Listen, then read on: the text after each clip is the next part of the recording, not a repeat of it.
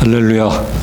네, 우리 사랑하는 이스트베이 한빛교회 성도님들 오래간만에 다시 주 안에서 만나게 돼서 반갑습니다. 여러분 하나님께서 지난 몇 년 동안에도 은혜로 지켜주시고 또 오늘 이 자리까지 오게 하신 줄로 믿습니다. 한번 기도하고 말씀 전하겠습니다. 하나님 아버지, 오늘도 주님께서 사랑하시는 백성들을 주의 전으로 불러주시고 함께 하나님을 경배하며 또 주의 말씀을 듣게 하시니 감사합니다. 부족하고 연약한 종을 주께서 붙잡아 주시고 하나님의 말씀만을 바로 증거할 수 있도록 인도하여 주시옵소서. 예수님의 이름으로 기도하옵나이다. 아멘. 네, 우리 그리스도인들이 하나님 앞에 감사하는 삶을 살잖아요. 그런데 이제 그리스도인의 감사하고 세상 사람들의 감사하고 차이가 있지 않습니까? 뭐 여러 가지 차이가 있는데 한 두 가지를 제가 한번 생각해 봤습니다. 첫 번째는 우리 그리스도인들의 감사는 뭐가 잘 됐을 때만 감사하는 게 아니라 어려움 속에서도 감사한다. 그래서 범사에 감사하라는 말씀도 있는 것이고요. 또 우리가 이제 세상에서 무슨 돈을 많이 벌었다든지 또 뭐 건강하게 되었다든지 취직을 했다든지 그럴 때만 감사하는 게 아니고 그게 나의 계획대로 안 될 때도 감사한다는 말이죠.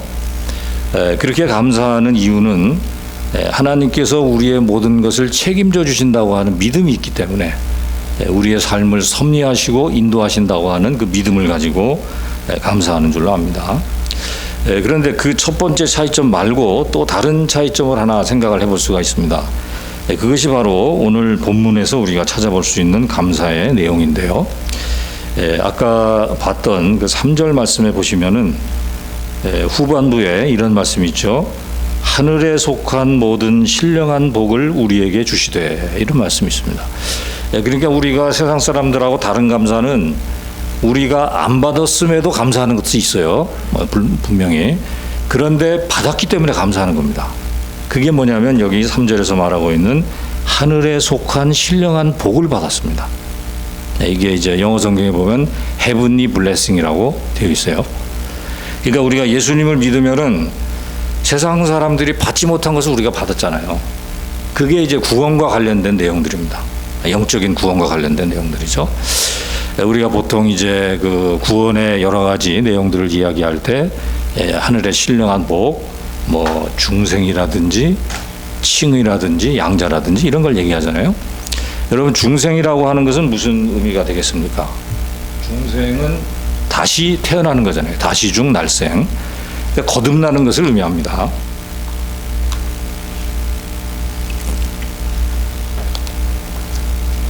이 거듭난다고 하는 것은 무슨 얘기입니까? 우리가 죽었다가 살아나는 거예요.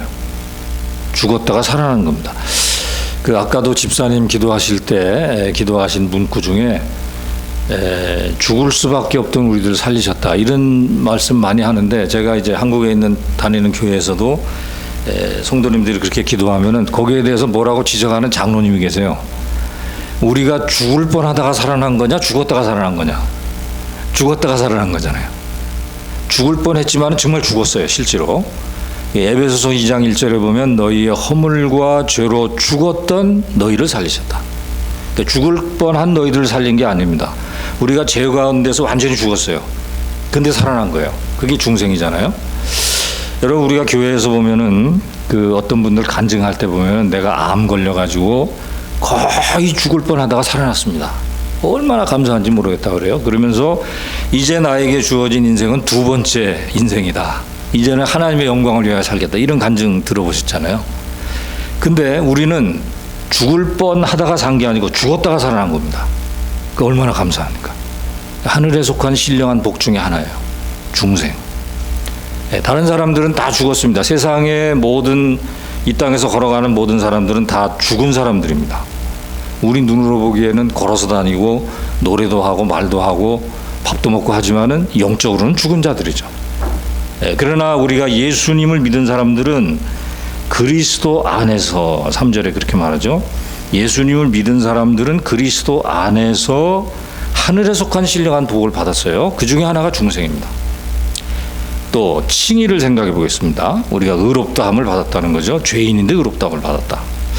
로마서 1장에 보면은 우리가 왜 죄인인지를 설명해 줘요. 로마서 1장의 본문에 쭉 가다 보면은 하나님을 알되 하나님으로 영화롭게도 아니하고 감사치도 아니하는 이런 배은망덕한 사람들에게 하나님이 내리신 형벌이 있어요. 그게 뭔지 아십니까? 내버려 두신 거예요. 자기의 욕심대로 내버려 뒀습니다. 그러니까 거기서 무슨 일이 벌어져요? 뭔가 죄악들이 벌어집니다. 남자가 남자라도 부끄러운 일을 하고 뭐 살인하고 뭐 여러 가지 그 죄악이 나와요. 근데 그 죄악 내용 가운데 보면은 이런 게 있습니다. 시기, 자랑, 그리고 교만한 거, 부모를 거역하는 거, 그것도 그 리스트 가운데 다 있어요. 우리가 뭐 동성애라든지 뭐 살인이라든지 이런 거 아주 심각하게 생각하잖아요. 그런데 그 중에 그 항목 중에 나와 있는 게 뭐냐면 시기도 들어가요. 여러분 중에 시기 안 해본 사람 있습니까? 자랑이 나옵니다. 자랑 안 해본 사람 있습니까? 부모를 거역하는 게 나와요. 이런 거에 안 걸릴 사람이 없어요. 그러니까 그것을 다 말하고 마지막에 말하기를 이건 다 사형에 해당하는 죄다. 그렇게 그래요. 그러니까 우리는 사실 하나님 앞에서 빠져나갈 수 없는 죄인입니다. 그런데 예수 그리스도 안에서 의롭다함을 받은 거예요. 얼마나 감사합니까? 하늘에 속한 신령한 복들이죠. 그 외에도 우리가 양자라든지 여러 가지 생각할 수 있는데요. 오늘 이 본문이 우리에게 얘기해 주는 하늘에 속한 복은 예정입니다. 선택. 창세전에 우리를 예정하신 그 복을 얘기해 주고 있습니다. 사실 근데 이 예정의 복이라고 하는 거는 많은 사람들이 좀 꺼려하는 가르침이에요. 성경의 가르침 중에 예정이나 선택이라고 하는 이 내용은 특별히 그 초신자나 불신자들이 받아들이기 어렵습니다. 예정이라고 하는 얘기는 무슨 얘기입니까? 하나님이 창세 전에 우리가 태어나기도 전에 이쪽에 앉은 사람들은 다 구원하기로 결정하고 이쪽에 앉은 사람들은 다 지옥 보내기로 했다. 이런 얘기거든요. 쉽게 얘기해서. 그러니까 우리가 태어나기도 전에 우리가 뭐 죄 짓기도 전에 하나님이 다 정하셨다는 겁니다. 그러니까 이런 가르침은 사실 초신자들이 받아들이기 어려워요. 그래서 초신자 전도할 때 예정교리는 안 꺼내는 게 좋습니다.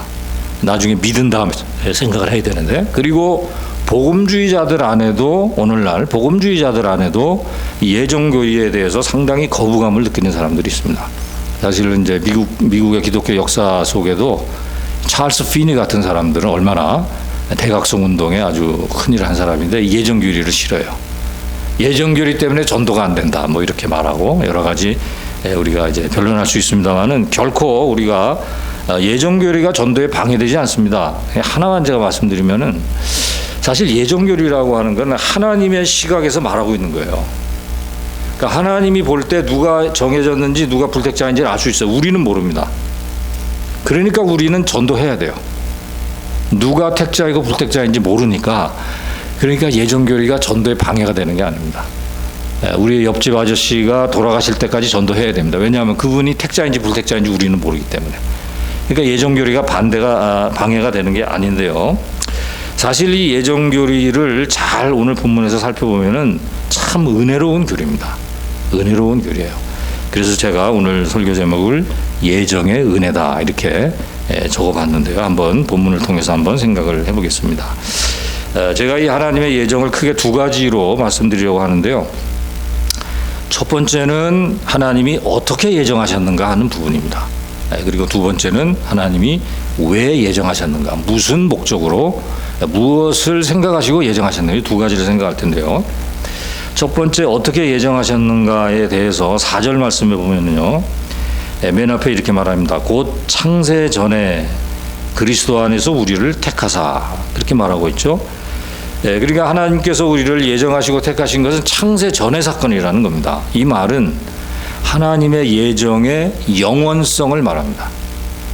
그러니까 영원 속에서 하나님이 우리를 예정하신 거예요.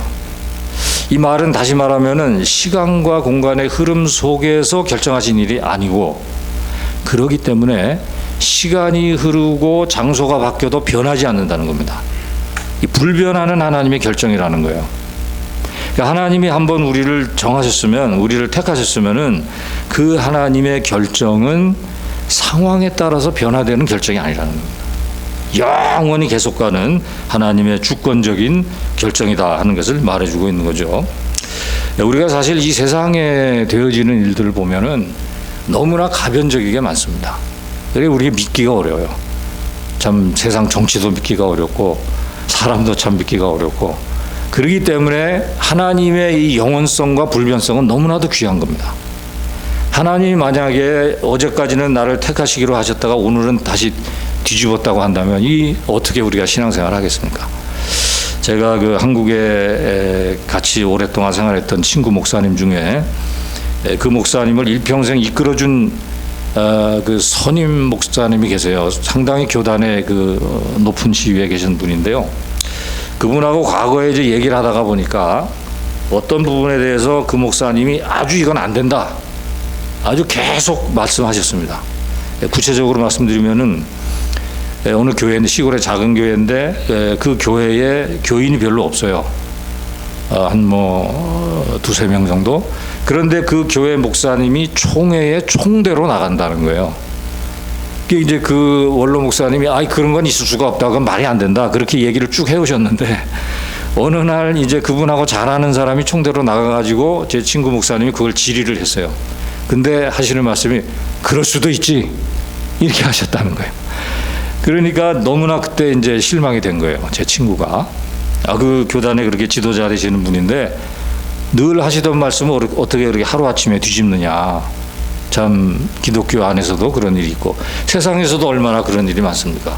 우리가 유전무죄, 무전유죄라든지 대통령들 똑같이 죄를 짓고 들어갔지만은 기업인 CEO는 그냥 쉽게 이렇게 나와버리고, 이 얼마나 믿을 수 없는 세상이에요. 그러나 우리가 분명하게 믿을 수 있는 것은 하나님께서 우리를 택하신 사실, 이거는 영원히 변치 않는 거라고 하는 겁니다. 왜냐하면 하나님 위에 계신 존재가 없기 때문이에요. 하나님보다 더 윗선이 없는 거예요. 우리가 세상에서는 나하고 얘기를 잘했던 사람이 이렇게 오케이 했어도 그 위에 있는 사람이 안 돼 하면 이거 안 되는 겁니다. 그러나 우리를 구원하기로 결정하신 하나님의 그 예정은 하나님보다 더 큰 분이 없기 때문에 끝까지 가는 겁니다. 얼마나 감사합니까? 이 변치 않는 하나님의 예정과 선택을 믿고 여러분 오늘도 힘든 일이 있어도 끝까지 나가시는 은혜가 있기를 바랍니다. 자, 그 다음에 이제 5절에 또 보니까 하나님께서 왜 어떻게 택하셨는가의 두 번째 답변이 나오는데요. 맨 앞에 보니까 이렇게 말하죠. 그 기쁘신 뜻대로 우리를 예정하사, 그렇게 말하고 있습니다. 이 말씀은 무슨 얘기입니까? 하나님께서 우리를 창세전에 예정하실 때 우리의 어떤 조건을 보고 예정하신 게 아니라는 거예요. 하나님의 예정하신 그 마음의 출발점이 우리 인간 쪽에 있지 않다는 겁니다. 어디에 있어요? 하나님의 기뻐하심으로 말미암아 택하셨다는 거예요. 다시 말하면 하나님이 우리를 기뻐하신다는 거예요. 하나님이 여기 앉아 계신 성도님 한 분 한 분을 보고 마음이 기쁘신 거예요. 그래서 택하신 거예요. 물론 태어나기 전이지만은 창세전에 2022년 몇 년 매돌에 이스트베이 한빛교회에 누가 새로 등록할 것을 창세전에 하나님이 아시고 하나님이 그 영혼을 기뻐하셔가지고 택하신 겁니다. 여러분, 우리가 이 세상에서 다른 사람들에게 선물을 주고 이렇게 주고받고 하잖아요. 근데 우리가 선물을 주고받고 하는 것을 두 가지 종류로 나눠볼 수가 있습니다. 하나는 계산을 하고 주는 거예요. 내가 이 사람 잘해주면 이 사람이 나한테 이렇게 해줄 거다. 그 계산하고 줄 수가 있어요. 내가 이 사람에게 어떤 때는 체면상 하기도 하고, 그래서 별로 마음에 없는데도 이제 억지로 하는 그 기프트가 있습니다. 그러나 또 다른 종류는 내가 정말로 기뻐서 하는 게 있어요. 여러분, 이건 어디서 볼 수 있습니까? 우리가 쉽게 볼 수 있는 거는 할아버지가 손자 사랑하는 모습에서 볼 수 있어요.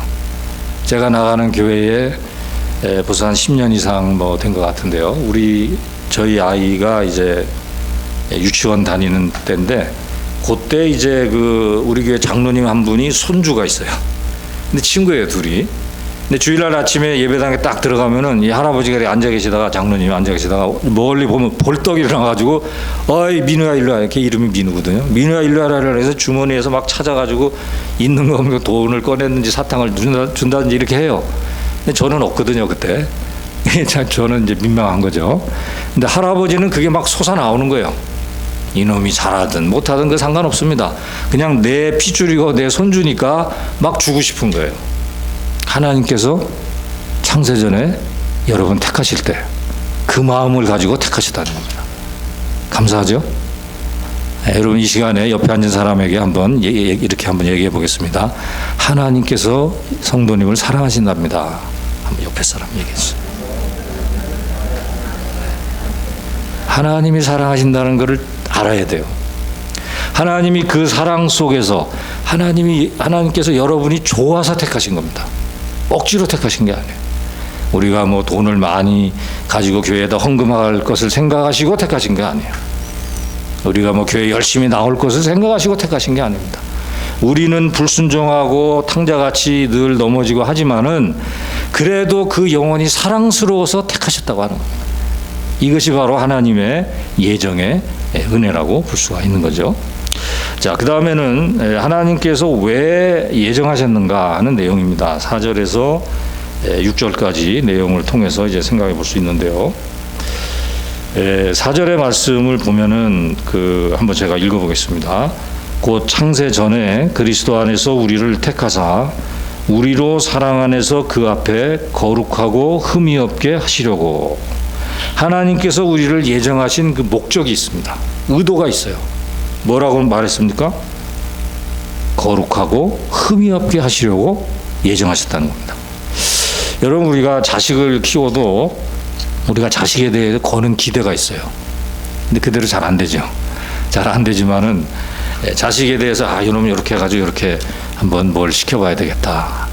근데 이제 한국 부모님들은 그게 너무 과해가지고 아이들이 좀 피곤하기도 하고 그렇습니다만은 교회의 그 목사님들 중에는 늘 마음에 이제 기도 제목이 있습니다. 그건 자녀들이 목회길을 가는 것을 기도하고 있어요. 그런 분들이 많아요. 제가 한국에서도 그 총진대에서 이제 행사가 있으면 교단 목사님들 오시는데요. 그 증경 총회장 하신 목사님하고 한번 슬쩍 물어봤습니다. 목사님 그 자녀분 중에 목사님 나왔습니까? 그러니까 아직 안 나왔다고 이렇게 머리 긁으면서 얘기하시는 걸 들었는데요. 저도 아직 없습니다만은 하여간 우리가 자녀를 키울 때 기대하는 게 있어요.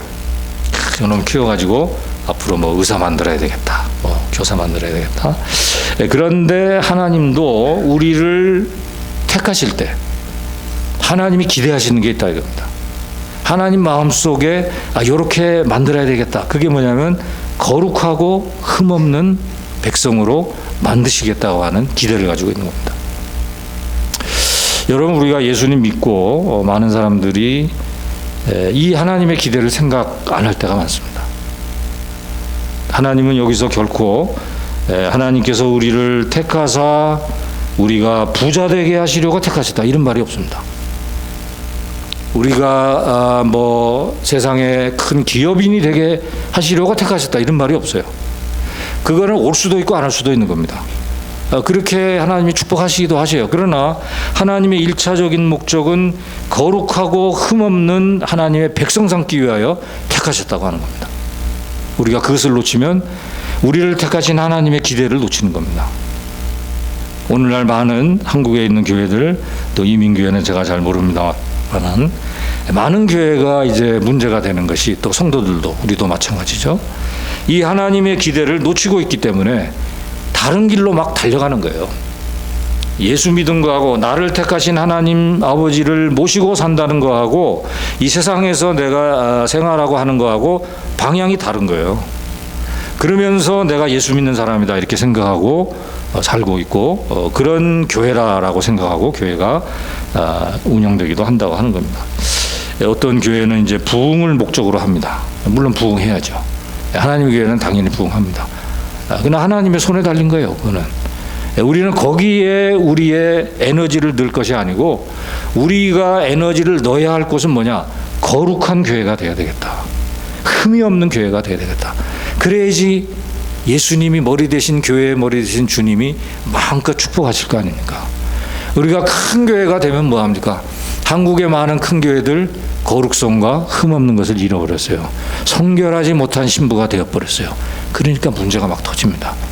교회 안에서도 문제 터지고 세상에서도 지목을 받고, 그러나 하나님이 우리를 택하신 목적이 뭡니까? 거룩하고 흠이 없게 하시려고 우리를 택하셨다고 분명히 말씀하고 있습니다. 제가 우리 한국에서 이제 종교개혁 500주년 기념 행사가 있었습니다. 2017년에 있었어요. 1517년에 종교개혁이니까 500주년 지나면 2017년이죠. 그래가지고 그 종교개혁 500주년 기념 행사를 전국적으로 했습니다.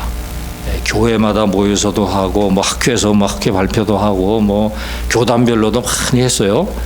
그런데 2017년 행사를 마무리하는 그 시점에 2018년 이제 한 말쯤 돼가지고 국민일보에 보니까 기사가 났어요. 그 기사의 제목이 뭐냐면은 한국 교회의 최대 교단, 최대 양대 교단에 일어나고 있는 일을 기사로 냈습니다. 그때 무슨 일이 있었냐면은 제가 속한 합동측 교단에는 소위 말해서 총신 사태라는 게 있었습니다. 네, 그러니까 학교에 이사장도 하고 총장도 했던 분이 학교를 사유화하려고 학교 정관을 바꾸고 막 이런 일이 있었어요. 그래서 큰 학생들이 막 수업 거부하고, 그다음에 학생들도 징계 받아가지고 퇴학당하고, 교수들도 막 피해보고 엄청난 일이 있었습니다. 그것이 이제 기사로 떴어요. 그 다음에 두 번째 우리 한국의 또 다른 최대 교단이 통합측 교단입니다. 광나루에 있는 장신대죠. 거기에는 강당에 학생들이 쫙 모여가지고 교회 목회자 세습 반대 촛불 집회를 했어요. 통합측 교단의 큰 교회, 그 대표적인 교회가 목회자 세습을 한 겁니다. 그래가지고 종교개혁을 기념하는 행사를 실컷 해놓고, 그 다음에 신학생을 키우는 신학교 양쪽 양대, 한국의 최대 교단 2개의 교단에서 이와 같은 안타까운 일들이 벌어지고 있었다고 하는 겁니다. 얼마나 부끄러운 일인지 모릅니다. 오늘 성경이 말하고 있는 하나님이 우리를 창세전에 예정하신 그 뜻을 잊어버리고, 그것을 다 망각해버리고 인간의 욕심을 따라 달려갔던 그런 그리스도인들, 그런 교단의 지도자들 눈에 탁 들어오게 된 거죠. 많은 사람들이 실망했고, 그리스도인들이 실망했고, 또 세상 사람들이 그걸 다 뉴스로 본 거 아닙니까? 너희들이 그리스도인이냐? 너희들이 진정한 하나님의 교회냐? 이런 질타를 분명히 했을 것입니다. 이제 우리는 이러한 하나님의 말씀 앞에 정직하게 우리의 영혼을 내려놓고 이 말씀을 진지하게 우리가 받아들이지 않으면 우리도 그 길을 또 갈 수 있다고 하는 겁니다. 우리도 다 연약한 자들이죠. 그렇게 신문지상에 나온 그 사람들이 처음부터 그렇게 악한 마음 가지고 하지 않았습니다. 다 나름대로는 소신 있게 하려고 했는데 넘어졌죠. 연약하니까. 인간이 연약하니까 넘어지는 겁니다. 자, 우리 이스트베이 한빛교회 성도님들, 오늘 주신 하나님 말씀을 꼭 부여잡으시고, 내가 다른 것보다도 먼저 하나님 앞에 거룩한 백성이 되어야 되겠다, 흠이 없는 신자가 되어야 되겠다 결심하시기 바랍니다. 그럴 때 하나님이 기뻐하시고 이 이스트베이 한빛교회에 큰 부흥을 일으켜 주실 줄로 믿습니다. 이렇게 우리가 나아가는 마지막 목적으로, 하나님이 우리를 예정하신 마지막 목적이 6절에 나와요. 6절에 맨 마지막에 보니까 6절을 우리 같이 한번 6절 읽어보겠습니다. 시작. 이는 그가 사랑하시는 자 안에서 우리에게 거저주시는 바 그의 은혜의 영광을 찬송하게 하려는 것이라. 아멘. 이 모든 하나님의 계획의 최종적인 목적지는 하나님을 찬송하는 겁니다. 하나님께 영광 돌리는 겁니다. 우리가 예배 전에 우리 찬양팀들이 와서 찬양할 때 그 찬양하는 거, 그게 최종적인 목적지예요. 하나님께 올려드리는 찬양이 정말로 하나님께 영광이 되기 위해서는 내가 거룩하고 흠없는 신자가 되어야 합니다. 우리가 하나님 앞에 거룩하고 흠없는 삶을 살지 못하고 찬양하게 될 때 그래도 주님이 용서하시고 받아주시겠지만은, 그거보다는 우리가 정말로 청결한 신부가 되어져 가지고 드리는 그 곡조 안 맞는 그 노래 음성과 노래를 하더라도 하나님 가장 기쁘게 받으실 줄로 믿습니다.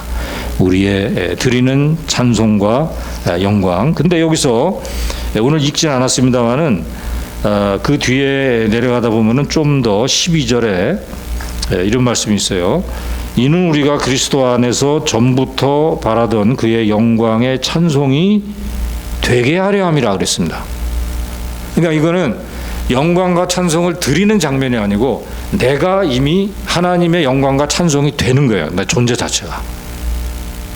그러니까 아까와 좀 차이가 있습니다. 그러니까 내가 하나님께 영광 돌리는 것은 내가 좀 부족해도 좀 거룩하지 못한 자가 되었어도 하나님께 찬송하는 거고요.